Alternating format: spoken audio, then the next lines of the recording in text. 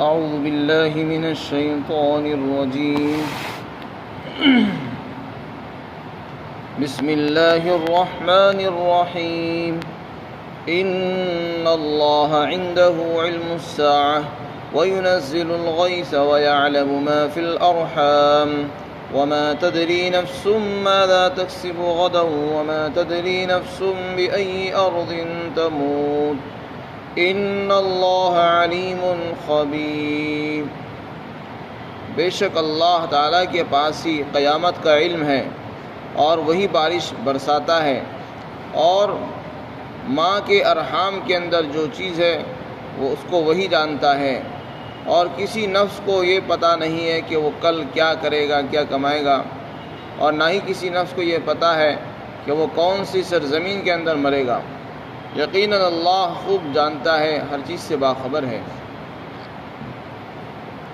اس آیت شریفہ میں اللہ تعالیٰ نے 5 چیزوں کا خصوصیت کے ساتھ ذکر فرمایا.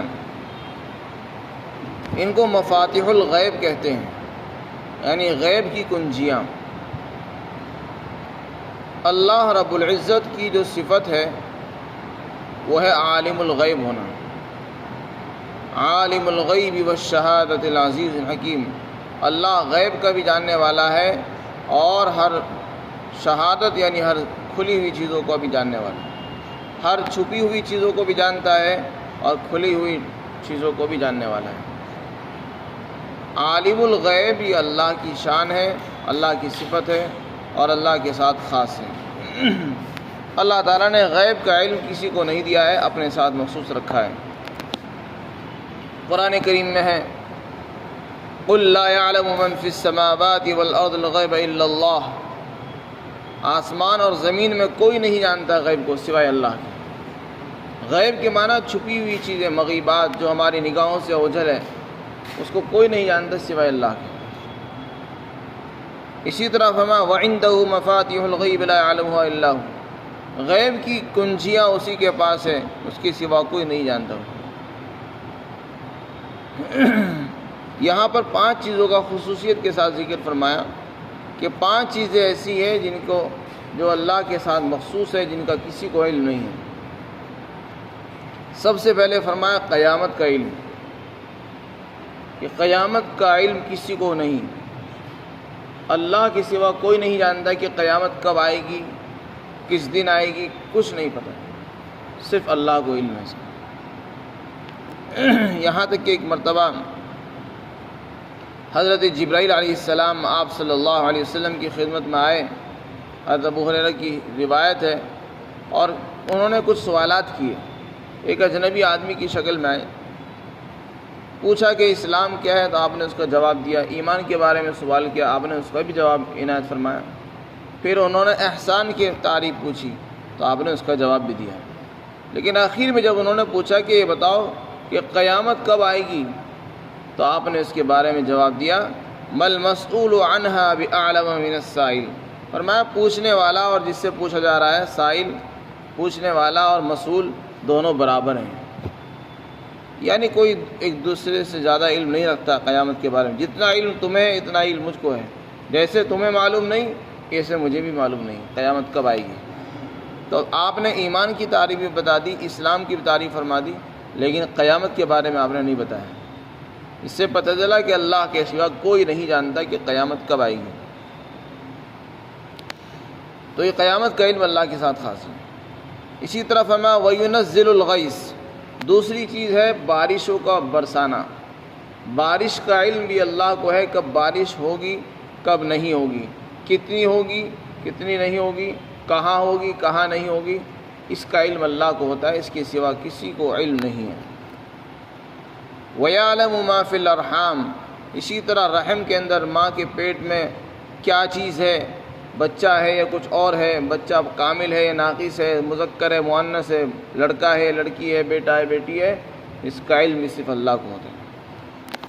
حافظ ابن کثیر رحمۃ اللہ علیہ نے لکھا ہے کہ اللہ کو ہی اس کا علم ہوتا ہے کہ بارش کب ہوگی کب نہیں ہوگی، کہاں ہوگی، اور ماں کے پیٹ میں کیا ہے. اور دنیا کے اندر جو آلات چل گئے ہیں، انہوں نے فرمایا کہ جب اللہ فرشتوں کو اس کے بارے میں مطلع کر دیتا ہے تو فرشتوں کو تبھی علم ہوتا ہے جب اللہ تعالیٰ ان کو بتاتا ہے. جب فرشتوں کو علم ہو جاتا ہے اس کے بعد پھر اور مخلوق کو جس کو اللہ چاہتے ہیں بتا دیتے ہیں. وَمَا تَدْرِي نَفْسٌ مَاذَا تَكْسِبُ غَدًا. آگے فرمایا کسی کو نہیں پتہ کہ وہ کل کیا کرے گا. کل کے بارے میں کسی کو علم نہیں ہے کہ میں کل کیا کروں گا.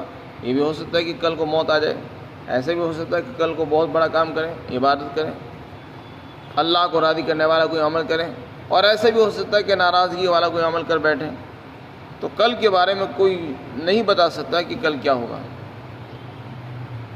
اسی طرح فرمایا پانچویں چیز، کسی کو نہیں پتہ ہے کہ وہ کون سی زمین میں جا کر مرے گا، کس ملک میں مرے گا، کس حصے میں مرے گا، اس کا علم کسی کو نہیں ہوتا. چنانچہ اللہ نے جس کے لیے جو جگہ طے کر دی ہے وہ وہیں پہنچ کر رہتا ہے اور وہیں اس کا انتقال ہو جاتا ہے. اور لوگ سوچتے رہتے ہیں کہ معلوم نہیں وہاں کیوں چلا گیا، اگر وہاں نہ جاتا تو شاید انتقال نہ ہوتا. ایسا نہیں، اللہ نے جس کے لیے جو جگہ طے کر دی ہے وہ اس کے لیے انتظامات کرتا ہے اور وہیں پر پہنچ جاتا ہے.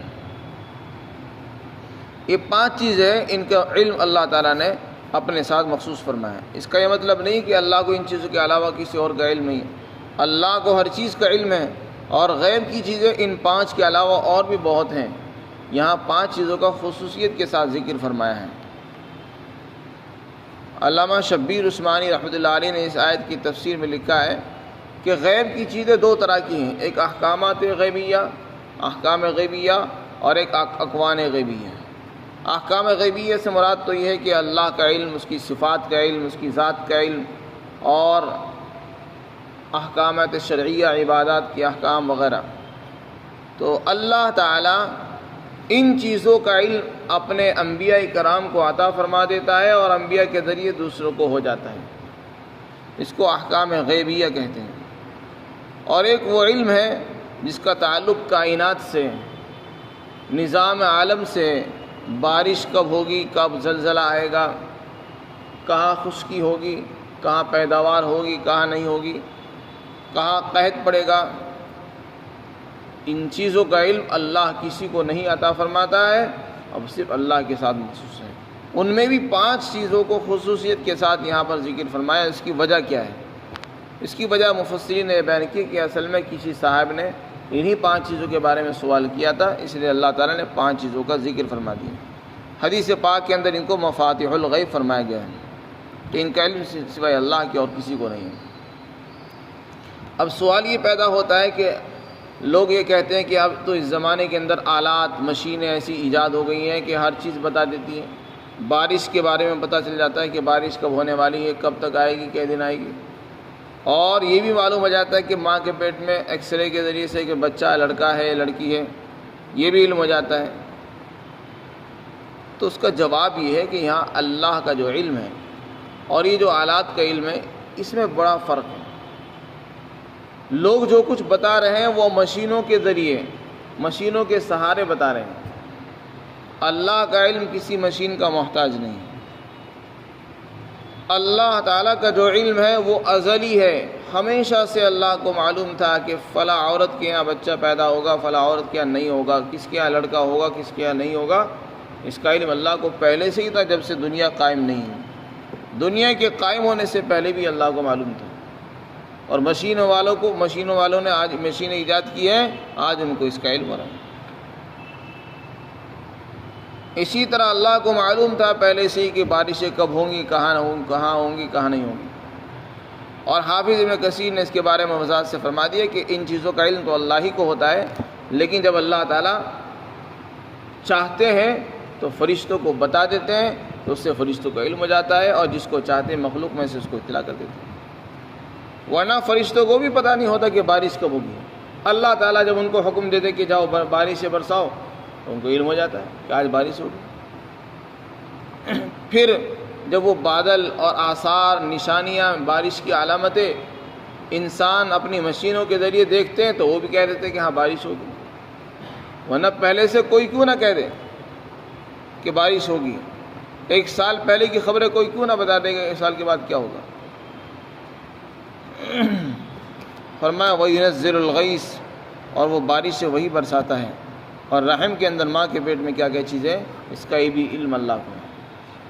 دوسری بات یہ کہ جو آلات ہوتے ہیں یہ غلط بھی ہو جاتے ہیں۔ اللہ کا علم ایسا ہے جو یقینی ہے، قطعی ہے، اس میں کوئی جھوٹ نہیں۔ مشینوں کے ذریعے جو بات معلوم ہوتی ہے اس میں جھوٹ بھی ہو جاتا ہے۔ کبھی بعض مرتبہ معلوم ہوتا ہے کہ آج بارش ہوگی لیکن بارش نہیں ہوتی۔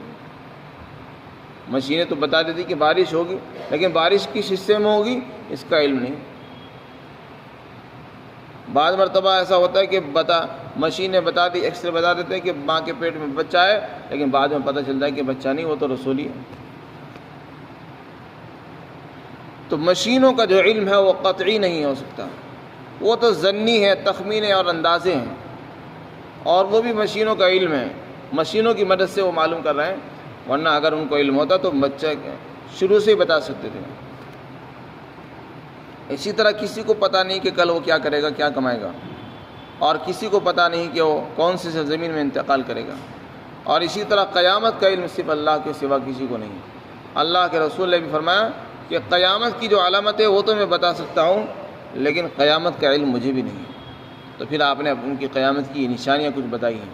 احادیث کے اندر بھی بے شمار نشانیاں قیامت کی ذکر کی گئی ہیں کہ قیامت کب آئے گی اور کب نہیں آئے گی۔ خلاصہ یہ ہوا کہ غیب کا علم مطلق اللہ کو ہے۔ اللہ تعالیٰ جتنا علم چاہتے ہیں بندوں کو عطا فرما دیتے ہیں، بس بندوں کو اتنا ہی علم ہے جتنا اللہ نے دے دیا ہے، ورنہ مغیبات کا جو اصل علم ہے وہ اللہ ہی کے پاس ہے، کسی اور کو اللہ نے نہیں دیا ہے۔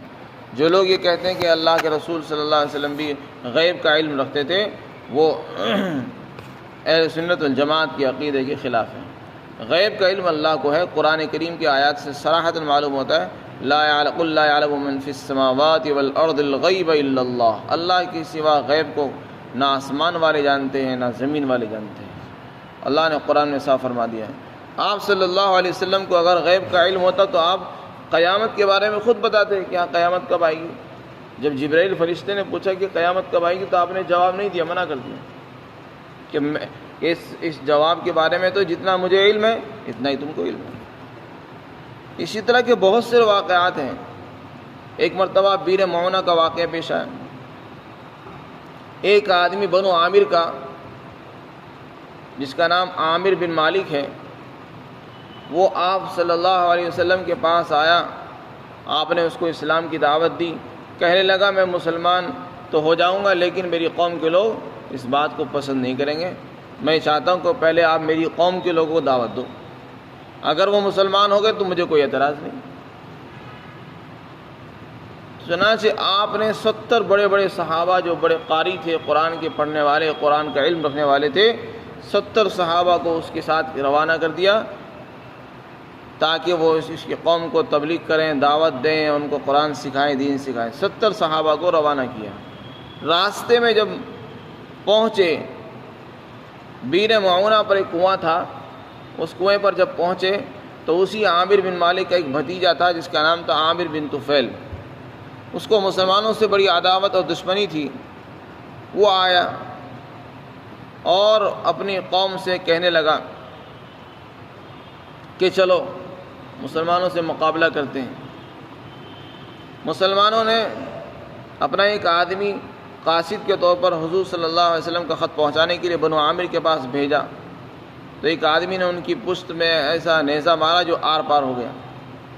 اس نے اپنی قوم کے لوگوں کو کہا کہ چلو مقابلہ کرو، لیکن لوگوں نے منع کر دیا، قوم کے لوگوں نے، اور یہ کہا کہ جب تمہارے چچا نے عہد کر رکھا ہے، ان کو پناہ دے رکھی ہے، تو پھر ہم کیسے ان سے مقابلہ کر لیں۔ چنانچہ جب اس نے دیکھا کہ میری قوم کے لوگ میرا ساتھ نہیں دے رہے تو اس نے آدمی بھیج کر پڑوسی قبیلوں کو بلوایا۔ ریل اور زکوان اور سلیم، عسیہ، یہ 4 بڑے قبیلے تھے، ان کے لوگوں کو اس نے بلایا۔ چنانچہ یہ بڑی فوج کے ساتھ مسلح ہو کر لڑنے کے لیے تیار ہو گئے اور انہوں نے تمام صحابہ کو شہید کر دیا۔ 70 کے 70 صحابہ وہاں پر شہید ہوئے، اور 2 صحابی وہ تھے جو اونٹوں کو چرانے کے لیے گئے ہوئے تھے، جب وہ بعد میں آئے ان میں سے ایک کو بھی انہوں نے شہید کیا اور ایک بچ کر رہ گئے۔ تو خلاصہ یہ ہوا، اگر اللہ کے رسول کو معلوم ہوتا ہے کہ میرے صحابہ کے ساتھ ایسا ہونے والا ہے تو آپ ان صحابہ کو بھیجتے۔ اگر آپ واقعاتاً غیب کا علم رکھتے تھے تو آپ یہ کہہ دیتے کہ میں اپنے ساتھیوں کو نہیں بھیج سکتا ہوں کیونکہ ان کے ساتھ یہ معاملہ ہونے والا ہے، منع فرماتے تھے، آپ نے لیکن بھیج دیا۔ اسی طرح سریہ رجیع اس سے پہلے ایک اور واقعہ پیش آیا کہ کچھ لوگ آئے حضور کے پاس اور کہنے لگے کہ ہم یہ چاہتے ہیں کہ آپ ہمارے ساتھ کچھ لوگوں کو بھیج دیں دین سکھانے کے لیے. تو اس طریقے سے دھوکہ دے کر لوگ لے جایا کرتے تھے. اور اس میں خاص طور سے ان کا ٹارگیٹ جو تھا وہ حضرت عاصم کو تھا. ایک صحابی تھے عاصم بن ثابت، ان کے ہاتھوں سے بدر کے اندر کوئی آدمی قتل ہو گیا تھا. تو ان سے انتقام لینے کے لیے انہوں نے یہ کہا کہ عاصم کو ضرور لے کر آنا اور کچھ لوگوں کو لے کر آؤ. چنانچہ آپ نے 10 صحابہ کو بھیج دیا ان کے ساتھ بھی اسی طرح فریب کے ساتھ دھوکہ دہی کے ساتھ ان کو بھی قتل کیا گیا اور شہید کر دیا گیا. تو ان تمام چیزوں سے معلوم ہوتا ہے کہ آپ صلی اللہ علیہ وسلم کو اللہ نے غیب کا علم نہیں عطا فرمایا.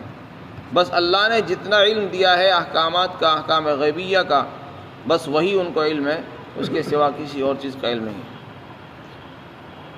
خلاصہ یہ ہوا کہ غیب کا علم اللہ ہی کو ہے، اللہ کے سوا کوئی غیب کا علم نہیں رکھتا ہے. اللہ تعالیٰ جب چاہتے ہیں جتنی بات انباء الغیب کے بارے میں بتانا چاہتے ہیں اپنے نبیوں کو، اپنے مخصوص بندوں کو عطا فرما دیتے ہیں. ان کو غیب کا علم نہیں کہتے، ان کو انباء الغیب کہتے ہیں، یعنی غیب کی خبریں. اس کا بھی قرآن کریم میں ذکر ہے.